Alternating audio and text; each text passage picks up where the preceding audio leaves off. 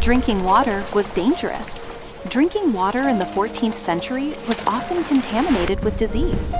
Due to the lack of modern sanitation, water from wells became polluted with waste and stagnant water.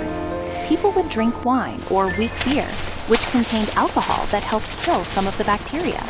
Even children drink these alcoholic beverages because clean water was not safe. While it didn't eliminate all risks, it reduced the chances of contracting infections through water. Water from rivers and wells could contain not only bacteria, but also microscopic organisms that cause deadly diseases like dysentery. Hospitals were more like shelters for the dying.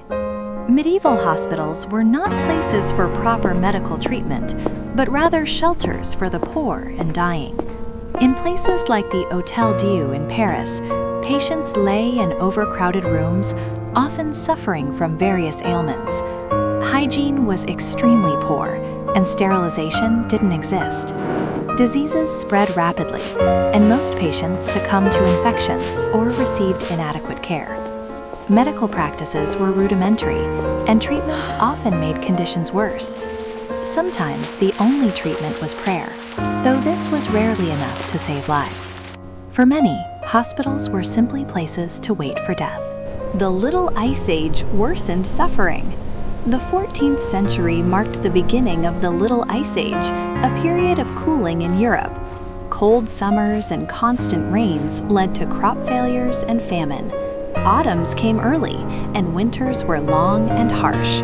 Because the earth couldn't warm up in time, agriculture suffered.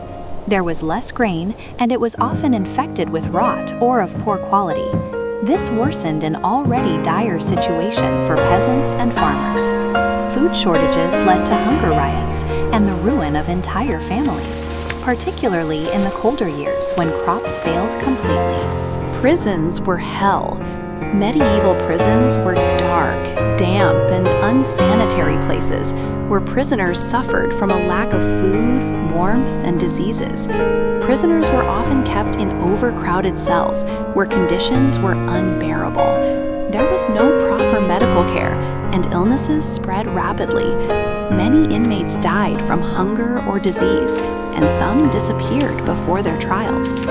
Torture was also a part of prison life, with prisoners enduring pain to extract confessions. For many, prisons were places of despair and suffering, where the line between punishment and death was often thin.